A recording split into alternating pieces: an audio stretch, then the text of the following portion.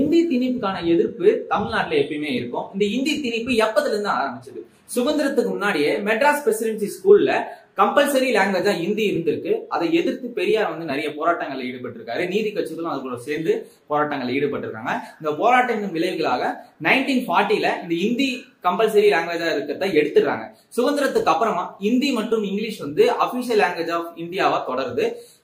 மத்திய அரசோட நிலைப்பாடு என்னவா இருக்குன்னா 1965க்கு மேல ஹிந்தி மட்டும் அபிஷியல் லாங்குவேஜா இருக்கணும் அப்படின்ற ஒரு நிலைப்பாடு அவங்க எடுக்கிறாங்க. இந்த நிலைப்பாடு ஹிந்தி பேசாத மாநிலங்களுக்கு ஒரு அச்சத்தை ஏற்படுத்துது. ஏன்னா நம்மளுடைய மாநில மொழி குறைஞ்சிருமோ, அதோட உரிமை குறைஞ்சிருமோன்ற அச்சம் ஏற்படுது. இதனால தமிழ்நாட்டுல முக்கியமா டிஎம்கே சார்பா நிறைய போராட்டங்கள்ல ஈடுபடுறாங்க.